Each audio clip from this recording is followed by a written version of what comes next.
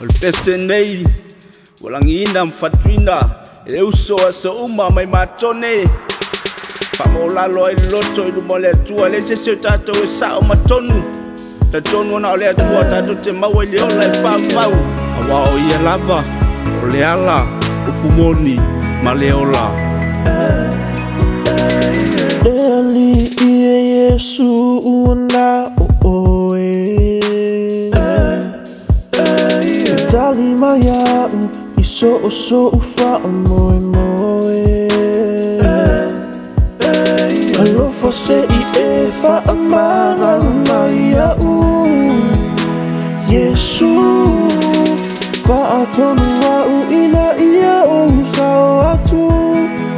Leo la pa ema vau fa lima italina Yesu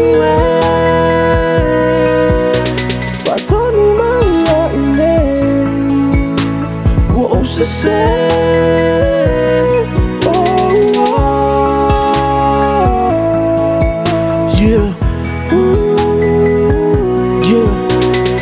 E mua mea I makau kusa, le whaasangi ma le viinga. I langa pu le whaasoi fua ua kako ai ai ngi ki asa. Whawhekai siri siri I le kaulanga le ngasaungi a ilo kako kama. Ua whai makongi ola inga ia kako sao aku I le langi ilunga. Peka ke kangi, pea o maa fau aku I le ngi lano langi ua kumu I le anga salakanu ai whaasosunga le adi o le ngi lano langi. Kama whai inga oi ma le peki, whasi ma whaamuka roka ola. E le ai so ka ngalosi, e ke e ai whaososonga. E pa u whaafi kure ka ngaka pei o ka ua ele kusi o le ola. Whaamau la loa I le anganga o au la wau se au o nganga sala. Le ali I alofa mai, whaamanga lolo vai ua o moki ngoa ma le whaamau I ua ngao o e lawa o ki sao kuai. Tali mai, Yesu Fatanu mai a ine, ua o se se.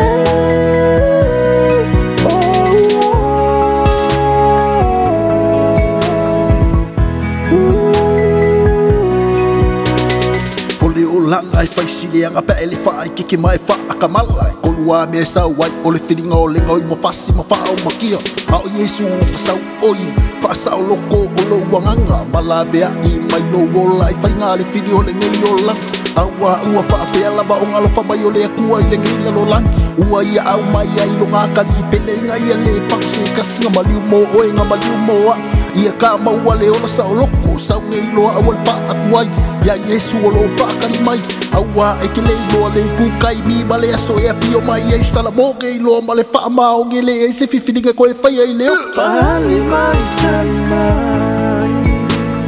Yesu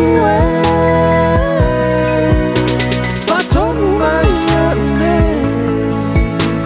wo se se